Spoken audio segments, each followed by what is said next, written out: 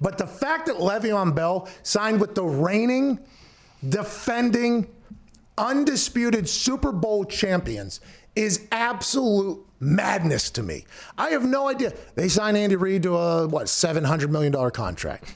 They signed Patrick Mahomes literally to a $500 million contract. They signed Travis Kelce to put him up over $100 million in earning. They signed Tyreek Hill already. They have offensive linemen they've signed. They signed Sammy Watkins. They bring him back. They signed, Chris Jones, Stone Cold Chris Jones. Yep. They signed their entire team back somehow. Worked magic a la John Dorenbos. Ooh. I was going to say David Blaine, but we think he lost his fastball. Yeah, he definitely did. And I saw a live Chris Angel show. To be honest, he cut a woman in half with a saw. That was the size of the studio, and I could see the individual blades. And I'll tell you what, it was tough to believe. Chris Angel maybe lost his fastball as well. John Dorenbos just getting hot. I don't know how they've been able to John Dorenbos this salary cap to be able to keep adding these players. And everybody knows that. Le'Veon Bell was getting paid league min, vet min, 1-year deal. The Jets will pick up everything else. But then we also learned that there's a chance for him to double dip potentially with the termination clause that's in contract. So nobody knows what the business side of this whole thing is, whether or not he'll get paid $6 million from the Jets and then whatever else he's getting paid from the Chiefs, or if the Jets will have to pick up the rest of the charge from whatever they pay that's less than $6 million. Nobody knows. But the fact that they add Lev Bell onto that team, it just makes you think, like, what the fuck is going on? How are they able to do it? You got to give massive, massive credit to Andy Reid and the boys over there for being able to pull this off. And how they have enough footballs, nobody knows. I would assume that Lev knows that if they win and he does well, he's going to get paid a lot of money next year, and he'll come out from underneath the Adam Gase umbrella, a better player, which has happened on numerous occasions at this point. But when I read this last night from a Shefty report, by the way, which is kind of heartbreaking because you assume Rappaport would have broke this. Oh, yeah. But he had to trim the bushes so the tree stands taller with Manscaped, and it's one of those very interesting situations. But I was mind blown last night when Shefty broke this news. What's up, Nick? Lev's gonna look real good in that winter coat on the sideline when his hamstrings pop. Oh, come on, dude. Ramon, the big news last night was your former teammate who you were in the locker room with a long time, Le'Veon Bell, leaving the Jets, going to the Chiefs. Now, a lot of people were like, "Don't bring him to our team. He's not a good locker room guy," stuff like that. You were in the locker room with him for a long time. What does he add to the Chiefs, and is he okay in that locker room? So the thing about Le'Veon is this: he's not a bad locker room guy. I don't want that narrative to be out there. The situation that we had with him was more or less like, well, I thought you were all in.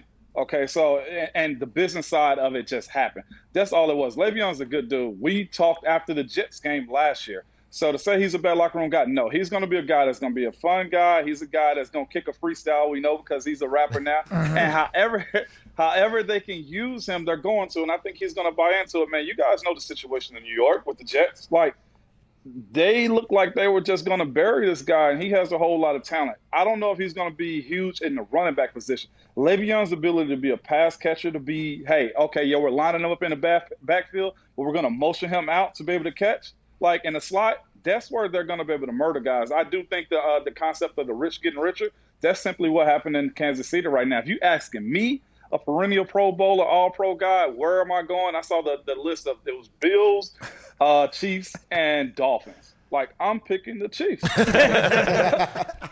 That's a no-brainer. When I saw the list of three, I was like, yeah. But him going to Pittsburgh, I just think it ran its course. And not to say there'll be any bad blood, because it's not. We all dapped up, laughed, had a good time after the Jets game last year. So there's no bad blood. It's just that, hey, business got in the way and it just fractured, but it's all good now. He ring chasing, obviously, and why not? If you've accomplished everything that you've accomplished, Le'Veon Bell, and there has been numerous, to your point about we see the situation in New York, there's been numerous examples of dudes that get out from underneath the Adam Gase umbrella. And I mean, Ryan Tannehill almost broke his knee in half during a celebration, but it was so uncomfortable to watch. But he has become like the guy at this point. They're talking about his QBR being just like Patrick Mahomes is, leading the team and everything like that. And he was, I don't want to say terrible under Adam Gase, but he was a bad football player. Devontae Parker, Robbie Anderson, you name it. And so I think there's a lot that can happen. And something you said there that was most interesting to me is it's Le'Veon Bell, not Le'Veon Bell. I always call him Le'Veon. See, so you don't even know. No one knows. But I mean, look at it. There's parents out here correcting announcers like, no, it's Patrick Mahomes. That's what I'm saying. We don't know. Yeah, I don't know either. That's an interesting. It's an I say interesting situation. Le'Veon, though. The situation between Le'Veon Bell, whenever he and Antonio Brown left, I think a lot of people kind of lumped them together, right? Because obviously they left almost similar timing. And with the Steelers, it was like, okay, Antonio Brown, he leaves. He goes to Oakland. He leaves there, goes to Patriots, and everything kind of happens. And everybody in Pittsburgh's like celebrating, like, yeah, we got a locker room toxic person out of our locker room or whatever, even though he's really good at football, blah, blah, blah. Then I think they kind of lumped Le'Veon with him there. And then as the stories came out, it was like, no, actually the guys like him, but he did, I guess, miss a walkthrough here, and he did this there and all that stuff. So that spin that he would be bad for the culture, I was blindsided by it as well. Earlier this week when everybody was like, we don't want him in the Bills, he'd be bad for our locker room. I'm like, Le'Veon's bad for the, I didn't know that was even a narrative that was happening. And then it started getting repeated a little bit. So I'm happy to hear that you say like, no, like good guy in the locker room.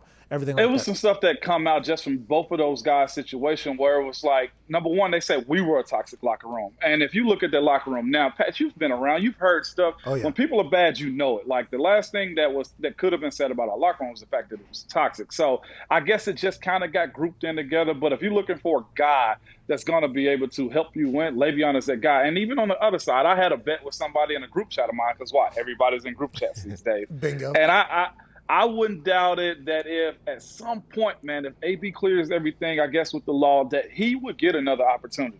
You want to talk about a guy that's dynamic and with the right people around him and him in his right mindset right now, I think AB can and should get an opportunity in this league, man. He's not as bad as everybody painted him to be. It's just that situations may have just not worked out anymore. And, hey, you thought what was there for you, and you get an opportunity now to see the reality of it. But if you take the chance on that guy, I wouldn't be shocked if he produced just as well as he did before. Watch him end up at the Chiefs. No. You see what is it far-fetched? I mean, you would think the Tampa would go for him because Tom loves him, right? Tom very clearly loved him. I mean, he was in for one game. He got 7 targets, I think 6 receptions and a touchdown or whatever in one drive, and then he was out. I mean, it was very obvious. And everybody that knows the game of football knows that Antonio Brown is the guy out of wide receiver too. He's so quick. He's explosive. He has great hands. He was a 6th-round pick or whatever, so he has a great work ethic. There's just so much of that stuff. It's just like off the field, can you handle potential flare-ups that could happen, I guess. You got to have a really good culture. You got to have a winning culture.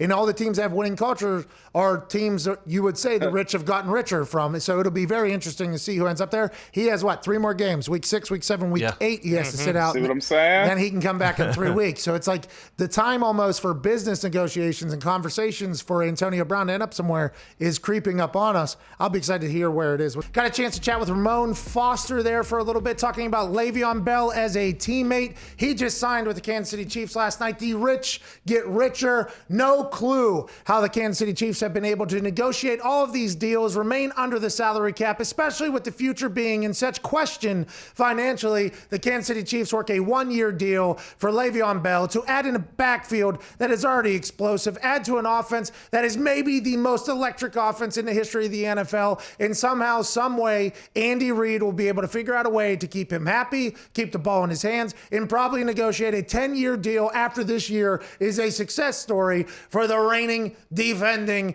undisputed Super Bowl champions of the NFL, the Kansas City Chiefs.